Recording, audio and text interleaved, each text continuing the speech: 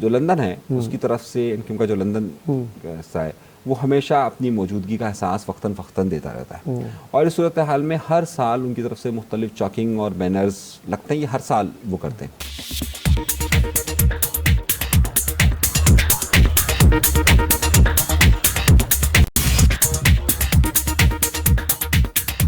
बिस्मिल्लाहिर्रहमानिर्रहीम, मैं हूं नवेज़ ज़ुबैरी और आप देख रहे हैं एच नाउ। प्रोग्राम 3 के होस्ट अली सरवर छुट्टी पे हैं, लिहाजा ये जिम्मेदारी मैं निभा रहा हूं। मेरे साथ हैं अनीस मंसूरी, मारूफ तजिया नगार, दानिशर। आज हम जिस चीज़ों पे डिस्कस करेंगे, जिन खबरों में डिस्कस करेंगे, उसमें पीटीआई और गवर्नमेंट के दौरान जो मुज़ाकरात हो रहे थे वो डेडलॉक का शिकार है और आज तीसरा रोज़ है कि उनको बानी पीटीआई से मुलाकात की इजाज़त नहीं मिली। क्या वजूहात हैं, इस पर हम डिस्कस करेंगे।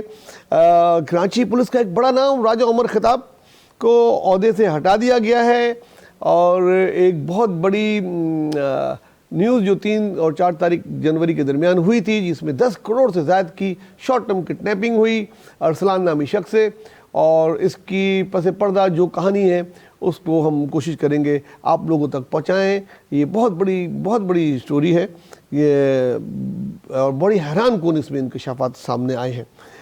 वज़ीर आज़म ने ऐलान किया है कि बहुत जल्द बिजली की कीमतों में 10 रुपये फ़ी यूनिट की कमी कर दी जाएगी, जो कि बहुत एक गुड न्यूज़ है।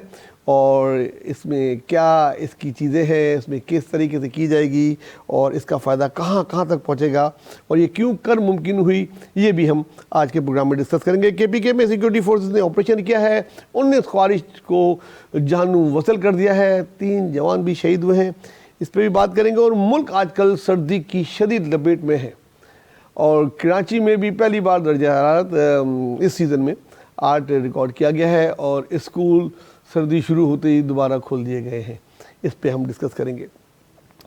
प्रोग्राम शुरू करते हैं। कैसे हैं अनीस मंसूर साहब आज? सर्दी वर्दी लग रही है आज आपको? नहीं सर, क्या करें, सर्दियां हैं तो लगेगी, है तो लगेगी, मौसम की सर्दी। और कराची में तो कभी कभी होती है, कभी कभार होती है। अली सरवर को मिस कर रहे हैं? बिल्कुल ज़ाहिर है, आप जिम्मेदारी निभा रहे हैं, उनको तो आपको ज़्यादा फील हो रहा होगा। बस मुझको तो मत पूछें कि किस तरीके से ये जिम्मेदारी निभानी पड़ी, मतलब मैं वहाँ ज़्यादा शूट करता हूँ आपके साथ।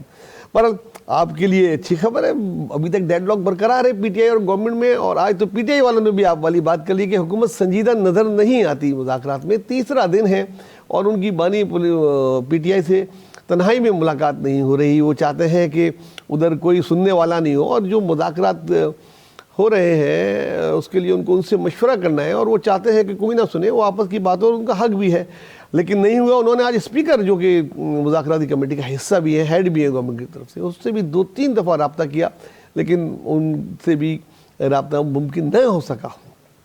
तो क्या कहते हैं कि वाकई खाली किसी को दिखाने के लिए मुज़ाकरात करने की कोशिश की जा रही है, वाकई हुकूमत संजीदा नहीं है, और किसको दिखा रही है? देखिए भाई, आप हमेशा जो भी बात करते हैं वो ऐसा लगता है कि जैसे आप पीटीआई का मौक़िफ़ दे रहे हैं ना। मैं आपको आपने वही पीटीआई का आपको हकीकत बयान कर रहा हूँ। नहीं, आपने पीटीआई का मौक़िफ़ दिया ना कि जनाब वो तो अकेले में मिलना चाह रहे हैं, उन्होंने राब्ते किए, हुकूमत संजीदा नहीं है। देखिए भाई, ये पीटीआई का मौक़िफ़ जो मैंने हमने पीटीआई का मौक़िफ़ है ना, ये जो उनका मौक़िफ़ बयान करूंगा ना या नहीं करूंगा, या उस पर भी पाबंदी लगा देंगे, उसका मौक़िफ़ भी कोई बयान ना करे। देखिए पीटीआई का मौक़िफ़ है ये पीटीआई कह रही है ना। आप क्या ख्याल है? उनकी मुलाकात हो गई सब तो नहीं? मैंने आपसे पहले कहा ये कोई मुज़ाकरात नहीं हो रहे। सही है, जो असल जो मुज़ाकरात करने वाले लोग हैं ना वो ऐसे मुज़ाकरात नहीं करते।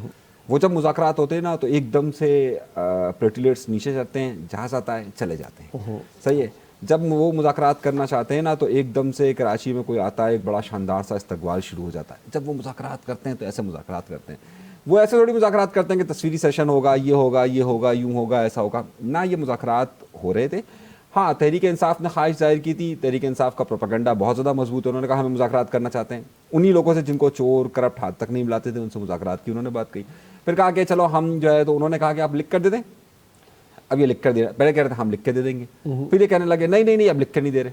सही है, इन्हें लिख कर आना था 2 जनवरी को, ये तय हुआ था ना क्यों नहीं आए? उस वक्त तो उनसे खान की सारी मुलाकात हो गई थी, 2 नुकात थे, वो 2 नुकात लिख कर दे देते। 2 नुकात खान उन्होंने ने दे मना कर दिए, दिया, नहीं दिए ना, प्रेस के सामने उन्होंने 2 नुकात नहीं बयान दिए ना, किए हैं, लिख कर- जुडिशियल कमीशन और कारकुनों की रिहाई। देखिए उन्होंने कहा है कि आप लिख कर दें, मतलब कोई चीज एक कागज होता है ना कि यार आप हमें लिख कर देना, ये हम कर लेते हैं, सही। अब वो लिख कर नहीं दे रहे, उन्होंने पहले खुद कहा कि हम लिख कर देंगे, हम दे देंगे उनको, उन्होंने कहा आप लिख कर दे दें, वो फिर उससे मुकर गए। उन्होंने कहा 2 जनवरी को खुद खान ने मना कर दिया, लिख कर कुछ नहीं देना।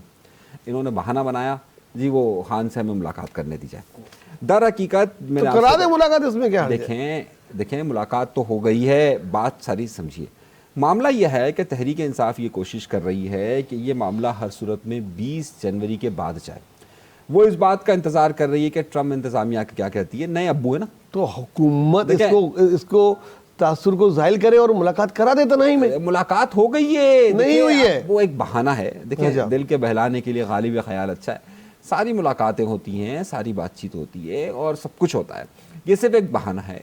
मामला यह है कि तहरीक इंसाफ ये चाहती है कि ये मामला 20 जनवरी से आगे जाए। हुकूमत भी ये चाहती है कि सारा मलबा उनके ऊपर रहे कि उनकी वजह से मुज़ाकरात नहीं हुए।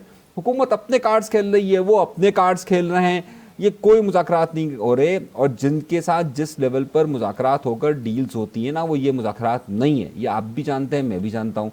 तो ये सिर्फ एक बहाना है मिलने मिलाने का और सिर्फ एक दिल को तसल्ली देने का, और कुछ भी नहीं। आज बैरिस्टर गौहर अयूब और शिबली फराज के हमरा सलमान राजा ने प्रेस कॉन्फ्रेंस की। उन्होंने कहा, बानी पीटीआई ने कहा है कि वो आखिरी आदमी होंगे जो जेल से बाहर आएंगे, वो किसी एग्जीक्यूटिव ऑर्डर या किसी डील के नीचे बाहर नहीं आना चाहते। सर मैंने आपको ये खबर दी थी और आपको याद होगा, मैंने कहा था तहरीक इंसाफ वालों ने अपने वहाँ पर सिर्फ एक ही मुतालबा किया है कि खान को बाहर ला जाए और एक एग्जीक्यूटिव ऑर्डर्स के जरिए लाया जाए। ये बात है नवंबर की, मेरी बात सुनिए। अच्छा, ये इन्होंने खान ने कहा था कि एग्जीक्यूटिव ऑर्डर आना चाहिए।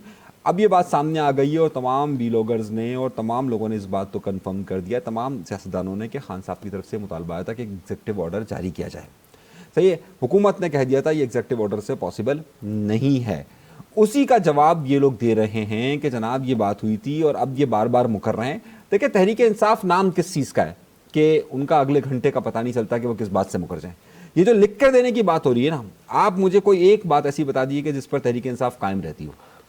भाई अभी तो कायम है, वो कहते हैं भाई 2 निकाती एजेंडा है हमारा। ये लिख कर दे दें, उन्होंने कहा है ना लिख कर दे दें। आज वो कह रहे हम खुद लिख कर देंगे, फिर बात होगी। भाई वो जो लिख कर देंगे कि भाई ये मुतालबात आए, सही, उसके बाद फिर उसका जवाब होगा। देखिए तहरीक लब्बैक पाकिस्तान, खान साहब का दौर था, तहरीक लब्बैक पाकिस्तान पर इंतहा कर दी खान साहब ने जिस तरीके से उन पर फायरिंग की थी ना। तहरीक लब्बैक के सामने उनसे कहा कि आप एक मुआहिदा कर दीजिए। खान ने कहा कि चलो हम मुआहिदा कर देते हैं, हम भी इस पर अमल करेंगे, आप भी करेंगे। खान ने मुआहिदा किया था, उस वक्त शेख रशीद ने उस पर दस्तखत किए थे, आपको याद होगा, सही ना, मुआहिदा किया था ना। एक मुआहिदा होता है कि जनाब ये बात है, ये हम तय करते हैं। सेम इसी तरीके से आप समझिए कि अब आप तहरीक लब्बैक का वक्त की बात है, सही है, आप जाएं और आप बोलेंगे अच्छा भाई वो भी मुज़ाकरात कर लें, ये मुतालबात हैं, ये मान लीजिए, हम भी तैयार हैं, आप भी तैयार हैं। तो इतनी सी बात है, वो लिख के दे दे, 2 मुतालबात है, आप लिख कर दे दें। तो आपके ख्याल में ना मुलाकात होगी ना लिख के देंगे, 20 जनवरी के बाद फिर कुछ फैसला होगा? देखें 20 जनवरी के बाद जो कुछ भी मामलात होंगे वो 20 जनवरी के बाद होंगे। अभी कोई इम्कान नहीं है। वो ये देख रहे हैं कि तहरीक इंसाफ के जो नए अब्बू हैं वो क्या अहकामात जारी करते हैं। वो नए अब्बू का, पूरी तहरीक इंसाफ का फोकस नए अब्बू पर है। लेकिन तहरीक इंसाफ एक गलती कर रही है भाई, बहुत बड़ी गलती कर रही है। देखिए इनकी तरफ से मोहम्मद बिन सलमान के खिलाफ बयान आता है, इन्होंने सऊदिया को नाराज़ किया और आज सऊदिया में मोहम्मद बिन सलमान के हवाले से और इमरान खान के हवाले से ये पोजीशन है कि वहाँ की क़यादत इस वक्त खान का मुंह तक नहीं देखना चाहती। बात तो दूर की बात, लफ्ज़ भी, नाम भी नहीं सुनना चाहती। नौबत यहाँ तक आ गई। अब कल देखिए इन्होंने क्या किया, ये अमेरिकन अब्बुओं की तारीफ़ कर रहे हैं। कल वो मरियम नवाज साहिबा की एक तस्वीर आ गई जिसमें वो UAE के सदर से हाथ मिला रही है। अच्छा, पाकिस्तान की तमाम सियासी जमातें अपने आप को लिबरल शो करती हैं। मोहतरमा बेनज़ीर भुट्टो हाथ मिलाया करती थी। मैं उस पर ये ख़ुद तहरीक इंसाफ के जलसे जुलूसों के अंदर जो है वो जिस तरीके का सारे मामलात होते थे ख़वातीन के, वो सबको मालूम है। ख़ुद इनका नाम बड़ा अच्छा खूबसूरत नाम क्या है, बुशरा बेगम साहिबा जलसों में क़यादत कर रही हैं, रैलियों में क़यादत कर रही है मर्दों के दरमियान, कोई मसला नहीं है।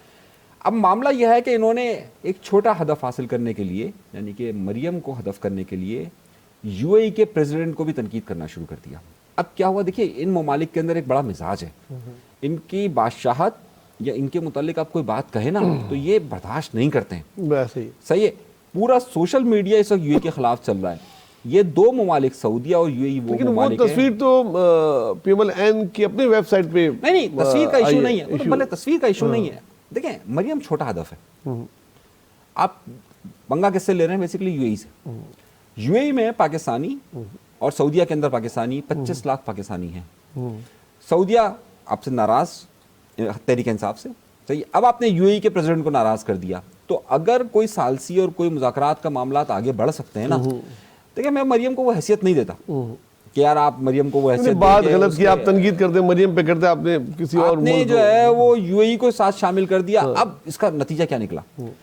जुल्फी बुखारी को खुद आना पड़ गया, ट्वीट करनी पड़ गई कि हमसे गलत, ये हमारा इससे मकसद ये नहीं था। आप मेरी बात समझ रहे हैं ना?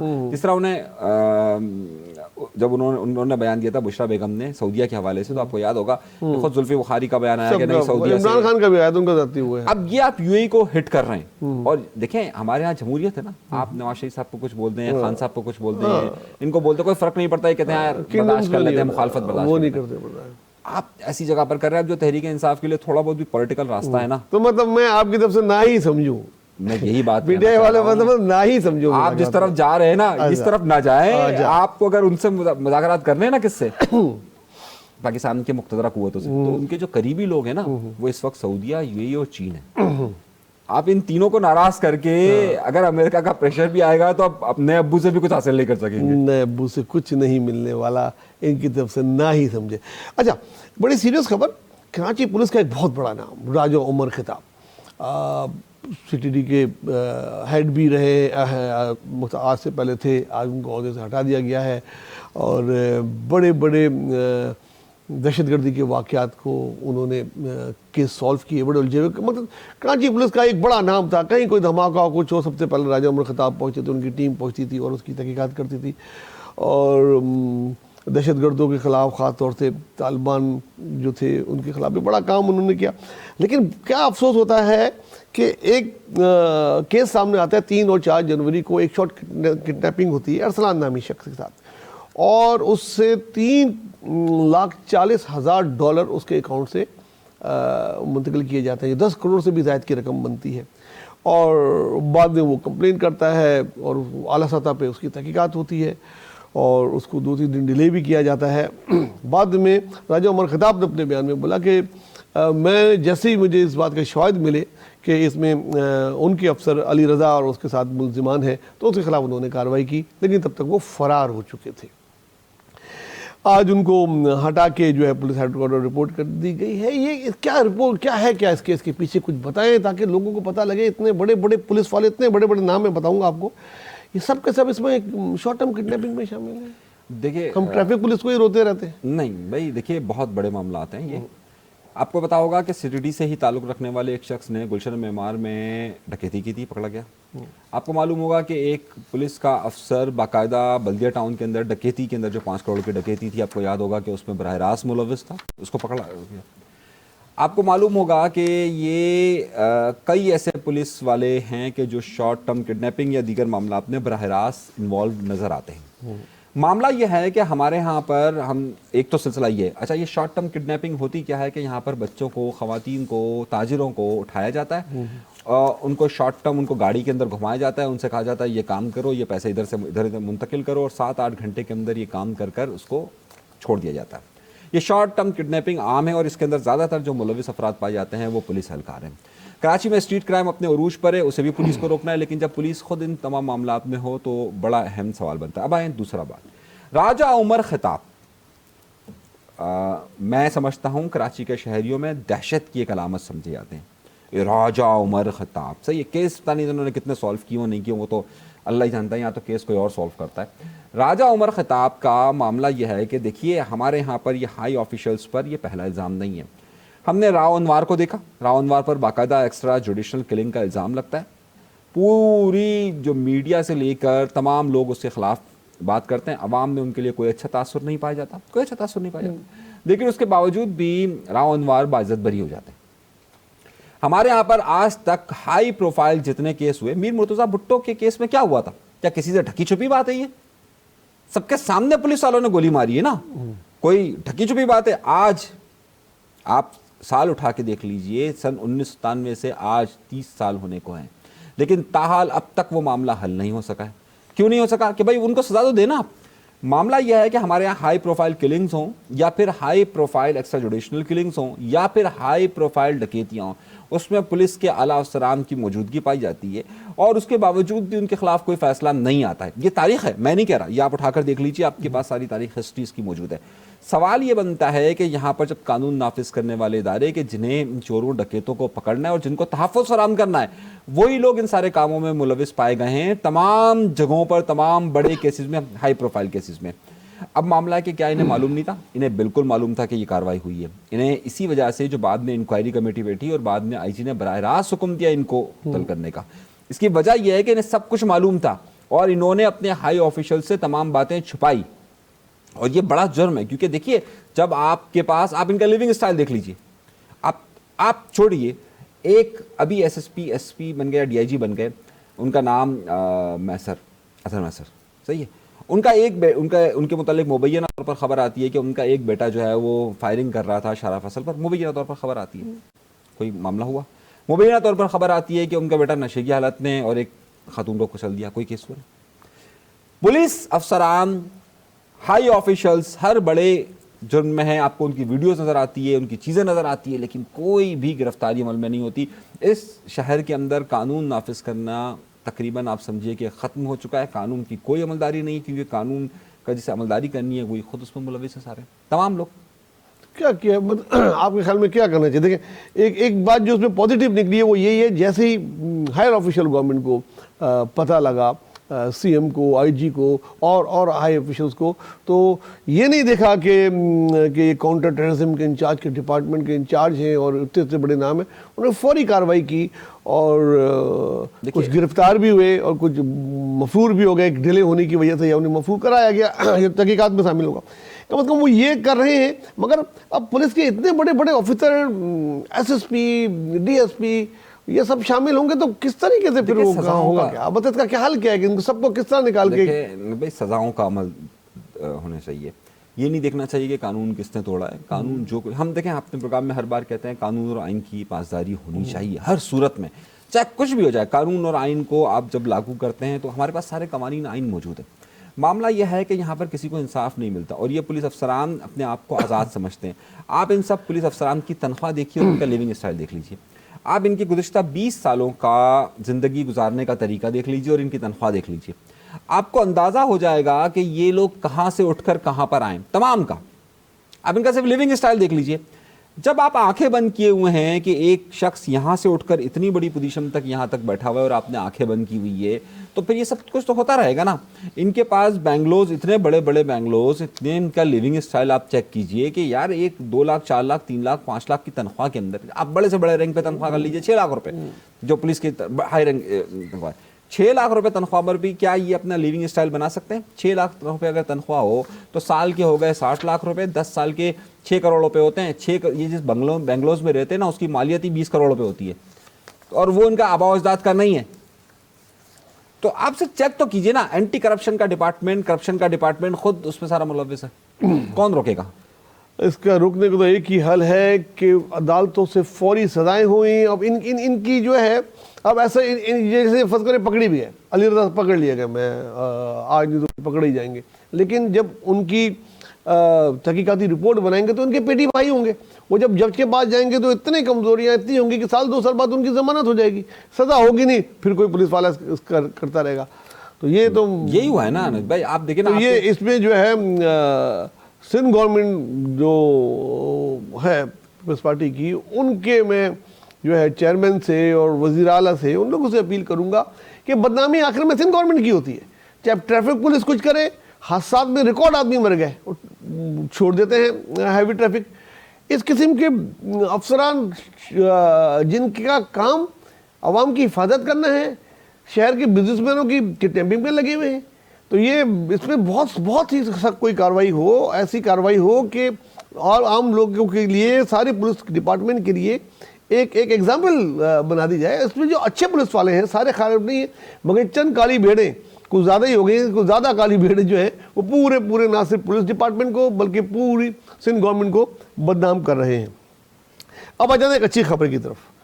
16 IPP से मुआहदे की बात चल रही थी जो कि अपने आखिरी उस पर पहुंच गई है और उसके मुआहदे के नतीजे में खबर है कि 481 अरब रुपए का फ़ायदा होगा और ये फ़ायदा वज़ीर आज़म ने बोला है मैं डायरेक्ट आवाम में देना चाहता हूँ और इससे 10 रुपये फ़ी यूनिट बिजली सस्ती करने का ऐलान किसी वक्त भी मुतवक्का, पूरी तैयारी कर ली है, किसी वक्त भी 10 रुपये बिजली सस्ती करने का ऐलान करेंगे जिससे कि बड़ा फ़र्क पड़ेगा। साथ साथ वफाकी वज़ीर ख़जाना ने भी तकरीबन 1.5 लाख आसामियाँ जो थी वो ख़त्म की हैं, क्योंकि बहुत सारे उन्होंने प्राइवेटाइज कर दिए और आउटसोर्स कर दिए, तो वो थी तो वो भी ख़त्म कर दी, जिससे भी तकरीबन 400 अरब रुपए की बचत होगी और वो भी इसमें शामिल करके आवाम को दी जाएगी। 60% खाली आसामियाँ थी वापडा में जो कि भर्ती के बजाय ख़त्म करने का ऐलान किया।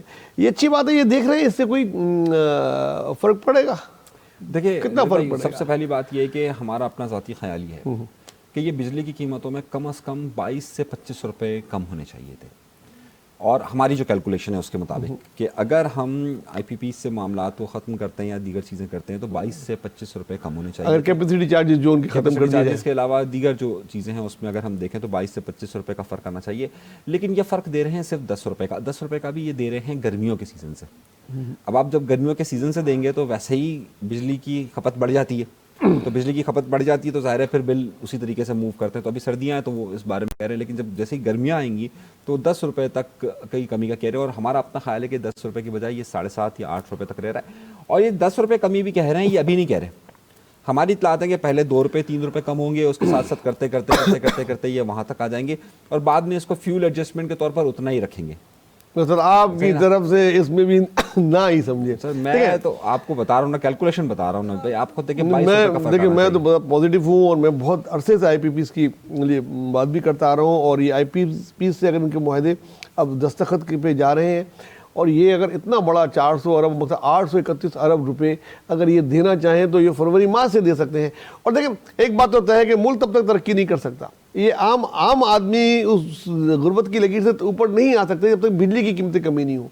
ये अगर 10 रुपये बहुत बड़ा अमाउंट होता है, छोटा अमाउंट नहीं है। अगर बिजली की कोई जो 200-300 यूनिट भी कम अगर इस्तेमाल करता है उसके लिए भी एक बड़ा है, तो वो बेचारे परेशान है बच्चों की फीसों से, खाने पीने की चीज़ों से लेंगे, ये दें, तो ये एक बहुत बड़ा रिलीफ होगा अगर मिल जाए, तो इसको भी तो पॉजिटिव ले। वज़ीर ख़ज़ाना औरंगजेब तो दिन रात इसी चक्कर में लगे हुए और आप जो है इस चक्कर में नहीं लगे हुए। देखिए ना भाई, सबसे बड़ा मसला ये कि देखिए इस वक्त कमर्शियल यूनिट हमारा कितने का है अप्रॉक्स, सही है। कमर्शियल यूनिट की अगर आप वैल्यू देखिए और कमर्शियल यूनिट में अगर आप 10 रुपये कमी का ऐलान करते हैं तो नथिंग, कुछ भी नहीं है, सही है। अगर हमें आलमी मार्केट का मुकाबला करना है, इस वक्त हमें अपनी ग्रोथ बढ़ानी है, हमें प्रोडक्शन लेवल बढ़ाना है, तो उसमें बिजली और गैस हमें लाजमन देना पड़ेगा प्रोडक्शन साइड को। इस वक्त बिजली की कीमत इतनी ज़्यादा महंगी हो गई है कमर्शियल यूनिट के एक आम आदमी के लिए और एक सनतकार के लिए उससे अपनी प्रोडक्ट की वैल्यूज़ को कम करना नामुमकिन हो गया है। सॉरी, अगर इसकी वैल्यू को कम करेंगे तभी जाकर ये मामला हल होंगे, अदरवाइज ये मामला हल नहीं होगा कि 10 रुपये से ज़्यादा का फ़र्क देना पड़ेगा। मेरा अपना ज़ाती ख्याल ये था कि कम से कम 22 से 25 रुपये का फ़र्क होना चाहिए। लेकिन 10 रुपये का फर्क, लेकिन वो एनुअल 10 रुपये का कह रहे हैं। नहीं 10 रुपये फी यूनिट नहीं, 10 रुपये फी यूनिट एनुअल में साल भर के अंदर कम करेंगे, वो अभी नहीं कम कर रहे वो। नहीं साल भर में तो बहुत ज़्यादा, वही आपकी 20-22 रुपये की है। 10 रुपये तो किसी वक्त भी कीमत का ऐलान मुतवक्को है, आप देखिएगा। चले जब आएगा तो देखेंगे, अल्लाह करे ऐसा ही हो जैसे कि वज़ीर आज़म ने आज अपने उसमें कहा है, वज़ीर ख़ज़ाना ने कहा है, अगर ऐसा होगा तो वाकई फ़र्क पड़ेगा। एक बहुत ही अच्छा एकदम साल के शुरू में ही अगर हो सकता है खुशखबरी मिल जाए, वरना इनकी तरफ से तो ना ही है। अच्छा, खैबर पख्तूनख्वा में सिक्योरिटी फोर्सेस ने ऑपरेशंस किए हैं, इसमें 19 खवारिज हलाक हुए और 3 जवान भी शहीद हुए हैं। कल ही हम बात कर रहे थे कि वो रास्ते पे तक बंद है और बीच में फायरिंग हुई और DC ज़ख्मी हुआ, फिर दूसरा DC चेंज हुआ और ये लोग हैं आते हैं कहीं से हमला करते निकल जाते हैं। आज 3 मुख्तलिफ जगहों पे कार्रवाइयाँ हुई हैं और ये कह रहे हैं कि आखिरी ख्वारिज के हलाक तक ये कार्रवाइयाँ जारी रहेंगी और अब हम मकसद नहीं छोड़ेंगे। मतलब मेरे ख्याल में जितना भी टाइम इन्होंने KP की गवर्नमेंट को देना था दे दिया, अब ये खुद मेरे ख्याल में कार्रवाइयाँ टारगेटेड कार्रवाइयाँ करेंगे। क्या आपको इसकी? देखिए, दहशतगर्दी तो किसी तौर पर भी काबिल कबूल नहीं है, किसी भी सूरत में काबिल कबूल नहीं है। मैं ये समझता हूँ कि ये जितने भी लोग मज़हब के नाम पर फसाद बर्पा करते हैं, जितने लोग भी ये कोशिश करते हैं कि जनाब वो किसी तौर पर भी पाकिस्तान को एक थियोक्रेसी की तरफ लेकर जाएं, कायद आज़म मोहम्मद अली जिन्ना ने वाज़ेह तौर पर थियोक्रेसी की मुखालफत की थी, और मैं ये समझता हूँ कि थियोक्रेसी किसी तौर पर भी पाकिस्तान के मसाइल का हल नहीं है, और जो लोग भी इसके लिए असला उठाते हैं वो ठीक नहीं है। पिछले दिनों इस हवाले से मुफ्ती तकी उस्मानी साहब का भी एक बड़ा ज़बरदस्त किस्म का उसमें बयान आया, और उन्होंने कहा कि जब उनसे मुलाकात हुई थी और कहा था कि आपने इतने अरसे से ये सब करके देख लिया है, ये मसले का हल नहीं है, और आप एक मुसलमान को मुसलमान से कत्ल करते हैं। तो जो उनके सरबराह थे नूर महसूद, उन्होंने एग्री किया था, बाद में वो मुकर गए, और बाद में उन्होंने इनके खिलाफ ही फतवा जारी कर दिया, मुफ्ती तकी उस्मानी साहब के खिलाफ भी। तो मुफ्ती तकी उस्मानी साहब ने भी इस पर मुखालफत की है। तो देखिए, मसले का हल पाकिस्तान का सिर्फ और सिर्फ हल जमहूरियत है। अगर कोई भी शख्स असले की बुनियाद पर, बंदूक की नोक पर अगर कोई फैसला सादिर करवाना चाहता है, ये मुमकिन नहीं है। जमहूरियत ही रास्ता है, जमहूरियत ही रास्ता है, और जमहूरियत ही रास्ता है। अगर वो ये समझते हैं कि भाई लोग उनकी तरफ माइल हों, तो उन्हें चाहिए वोट कास्ट करें, अपनी चीज़ की तरफ लेकर जाएं, जमहूरियत एक रास्ता है। लेकिन ये कतई तौर पर देखिए, इस हवाले से अगर आप देखिए तो मौलाना फजल रहमान साहब एक बहुत बड़ा नाम है, और उन्होंने हमेशा अपनी पॉलिटिकल स्ट्रगल को ही आगे बढ़ाया है। मैं ये समझता हूँ कि जितने लोग भी थियोक्रेसी के ज़रिए अपने नज़रिए को मुसल्लत करने की कोशिश करते हैं, चाहे कोई भी हो, मैं हमेशा इस बारे में रियासत के ख़िलाफ़ भी बात करता रहता हूँ कि जनाब अगर रियासत भी कोई चीज़ ज़बरदस्ती अपने लोगों पर बंदूक की नोक पर अगर करती है, वो कबूल नहीं हो सकता है। यहाँ पर आपका एक रायमा होना चाहिए, जमहूरियत होनी चाहिए। जो लोग भी अगर असला उठाकर ये बात करते हैं, चाहे कोई भी हो, चाहे वो हम इसे कहते हैं ना कि स्टेट एक्टर हो या नॉन स्टेट एक्टर हो, कोई भी हो, वो काबिल कबूल नहीं होता है कि अगर कोई रियासत का क्या नहीं भाई आपको इसको वोट नहीं देना है, आप इसको यूँ करें, बंदूक क्यों, कबूल नहीं है। इसी तरीके से अगर आपको कोई ये कहे कि नहीं जी हम आपको इसी तरीके से नमाज़ पढ़नी है, इसी तरीके से आपको करना है बंदूक की नोक पर, ये काबिल कबूल नहीं है। ये जो थियोक्रेसी के लोग हैं, इनके खिलाफ सख्त एक्शन होना चाहिए। मैं इसका पहले भी हिमायती था, मैं आज भी हिमायती हूँ। तो मैं तो ये कहता हूँ कि ज़बरदस्ती का कानून कहीं पर भी नहीं होना चाहिए, किसी सूरत में भी। इस बात में मैं आपके साथ हूँ। अच्छा भाई, कराची की बात करें, कराची में क्या हो रहा है? सर्द मौसम में गरम गरम खबरें मिल रही हैं, अचानक रातों रात बड़े बड़े बैनर लग जाते हैं कि कोई लंदन से वापस आ रहा है और ये हो रहा है, वो हो रहा है। उसके बाद खबरें आती हैं इरशादुल लिबास साहब अनकरीब कराची आ रहे हैं और वो MQM पाकिस्तान को वो संभालेंगे। दूसरी तरफ खालिद मकबूल सिद्दीकी साहब कहते हैं कि MQM अपनी मकबूलियत के अरूज पे पहुंच गई है और बहुत तेज़ी से मकबूल हो रही है लोगों में, और ये सारी खबरें गलत हैं। इस किस्म की कुछ चीज़ टेंशन पसंद आते हैं, लगाते हैं, हम हटा देते हैं। और दरअसल है चल रहा क्या कराची में इतनी सर्दी में, ये क्या गर्मी चल रही है? देखिए, कराची में हर बार इस मौसम में ज़रा सी गर्माहट आ जाती है, और उसकी सबसे बड़ी वजह ये होती है कि जब साल का आगाज़ होता है तो जो लंदन है उसकी तरफ से, इनका जो लंदन का हिस्सा है, वो हमेशा अपनी मौजूदगी का एहसास वक्तन फ़क्तन देता रहता है। और इस सूरत हाल में हर साल उनकी तरफ से मुख्तलिफ चॉकिंग और बैनर्स लगते हैं, ये हर साल वो करते हैं। और हर साल उनके, और देखिए ये सोशल मीडिया का दौर है, एक बैनर लगता है, बड़ा देवकामत बैनर उनकी तरफ से लगाया गया, और फिर जब लगा तो उसके बाद हुआ ये कि वो फ़ौरन ही सोशल मीडिया पर वायरल हो गया। हाँ, बजाय उससे ज़्यादा लोगों ने नहीं देखा जितना सोशल मीडिया में देख लिया, बहुत ज़्यादा वायरल हो गया। उसके बाद चीज़ें वायरल होना शुरू हो गई, और उसके बाद ये कहा गया कि जनाब अब ये रास्ता बन रहा है इनके लिए। देखिए, इस वक्त पाकिस्तान के मुख्तदरा हलकों और इनके दरमियान ताल्लुकात उतने बेहतर नहीं हैं। ये अपनी तौर पर हर मुमकिन कोशिश करते हैं, स्ट्रगल कर रहे हैं अपनी तौर पर कि जनाब वो आगे बढ़ सके, आगे बढ़ सके, आगे बढ़ सके।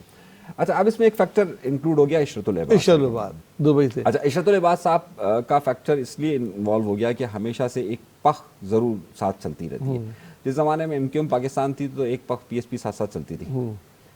अब देख रहे हैं ना, वो साथ साथ चलती रहती थी, उसके साथ पिछले साल के शुरू में जम हो गए। अच्छा, वो जब दोनों जम हो गए, सही है, तो अब फिर एक नया बख आ गई, यानी कि अब इशरतुल इबाद साहब आ गए। अब इशरतुल इबाद साहब का मसला ये है कि देखिए, इशरतुल इबाद साहब का कतई तौर पर ताल्लुक इस वक्त लंदन या MQM से नहीं है, MQM लंदन से या MQM पाकिस्तान से, दोनों से नहीं है। वो एक अलग अपनी मूव कर रहे हैं, और वो ये समझते हैं कि शायद मुख्तदरा हल्के उनकी तरफ भी नजर करम कर देंगे। अच्छा, अभी है नहीं कोई, नहीं अभी तक कोई तो नजर उधर करम वो नहीं कहाँ होते, बस वेट एंड सी वाला इशू है। तो वो ये समझते हैं कि जनाब उनकी तरफ, क्योंकि इस वक्त MQM पाकिस्तान के अंदर यकीनी तौर पे लीडरशिप का भी फुकदान है, MQM पाकिस्तान के अंदर इस वक्त बयानिए का फुकदान भी है, MQM पाकिस्तान के पास इस वक्त वो क़यादत भी मौजूद नहीं कि लोगों को अपनी तरफ ला सके।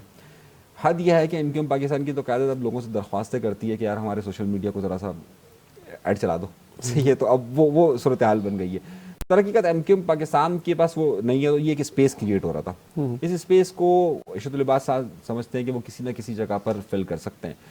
लंदन ये समझती है कि जो स्पेस क्रिएट हो रहा है इसमें उनकी गुंजाइश सबसे ज़्यादा बनती जा रही है और आइंदा दिनों के अंदर मे बी मोस्ट पॉसिबिलिटी कि उनकी मुख्तरा क़ुव्वतों से गुफ्तगू हो जाए। लेकिन ताहाल मुख्तरा क़ुव्वतों के साथ इनकी कोई मफाहमत या कोई ऐसी नज़र नहीं आ रही है। उनकी अपनी एक वो अपने तौर पे स्ट्रगल कर रहे हैं, लेकिन ऐसा नहीं है कि जनाब वो उनके साथ कोई मफाहमत हो।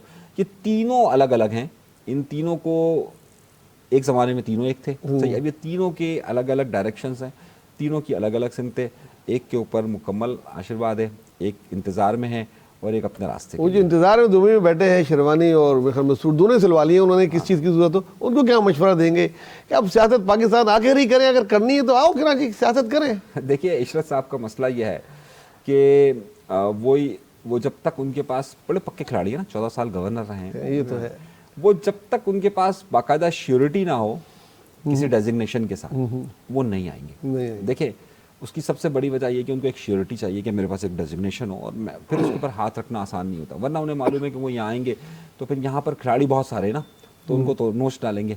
तो अभी तक तो हल्की फुल्की अपनी मौजूदगी का एहसास दे रहे हैं कि हाँ भाई मैं मौजूद हूँ, लेकिन ताहाल उनका ये इरादा किसी सतह पर भी नज़र नहीं आ रहा कि वो बग़ैर किसी श्योरिटी के और बग़ैर किसी ओहदे की कि हाँ जनाब हम आपको ये दे रहे हैं और आ जाएँ।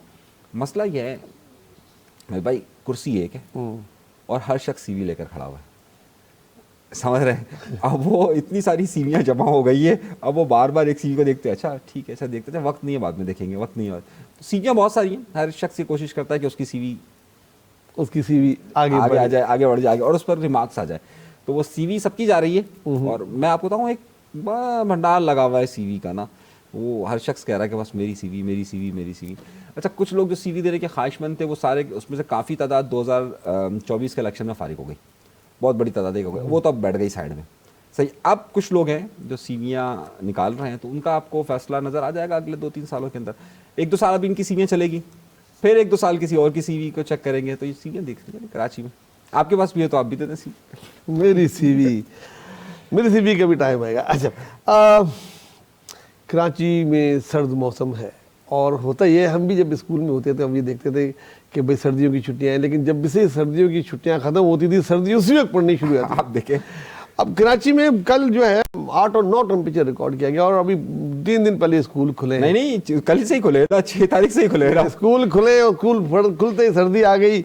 अब बच्चे देख रहे हैं हुकूमत की तरफ कि शायद 10 दिन की लिए उनकी छुट्टियां बढ़ा दी जाएँ। इतनी सर्दी में बच्चे स्कूल जाते हैं, उनके माँ बाप को भी इतनी सर्दी में उठना पड़ता है। तो अगर सर्दी की छुट्टियों वाकई सर्दियों के लिए देनी है तो ये क्या जनवरी में नहीं देनी चाहिए इनको? नहीं तो हमें गुलाम कौम, और हमने अब आज तक अपने गर्दन से गुलामी की तोक उतारी नहीं है। जब अंग्रेज़ इस खत्ते में था तो कराची शहर में जो 21 दिसंबर से 1 जनवरी तक की छुट्टी दी जाती थी अंग्रेज अपने लिए लेते थे। वो अभी भी होता है, वो क्रिसमस की वजह से और न्यू ईयर की सेलिब्रेशन, उनकी ईद होती है ना। तो जब ये वहां से ये लोग गए तो हम तो रहे काले अंग्रेज, सही है। हम तो वो जिस तरह से चलते हुए आ रहे हम उसी तरीके से चलते हुए आ रहे। उन्हें जून जुलाई में यहाँ गर्मी बहुत ज्यादा लगती थी, वो निकल जाते थे, तो कहते थे जून जुलाई छुट्टियां गर्मियों की, सही। तो हमने, जबकि हमारे यहाँ गर्मियां जो पड़ती है वो मई और जून में पड़ती है, जुलाई हमारे यहाँ निस्बतन थोड़ा सा बारिश हो जाती है, क्लाउडी वेदर होता है, सही। तो जून और मई और जून में होती है, लेकिन हमारे यहाँ वो सिस्टम नहीं बनाया जाता। तो ये जो काले अंग्रेज है ना, ये आज तक अंग्रेजों की गुलामी नहीं छोड़ रहे। भाई होना ये चाहिए कि आपको मालूम है कि जनवरी के इब्तदाई जो 10-15 दिन होते हैं वो ज़्यादा टफ होते हैं। दिसंबर का लास्ट इतना टफ नहीं होता, इस बार हुआ है लेकिन इतना नहीं होता।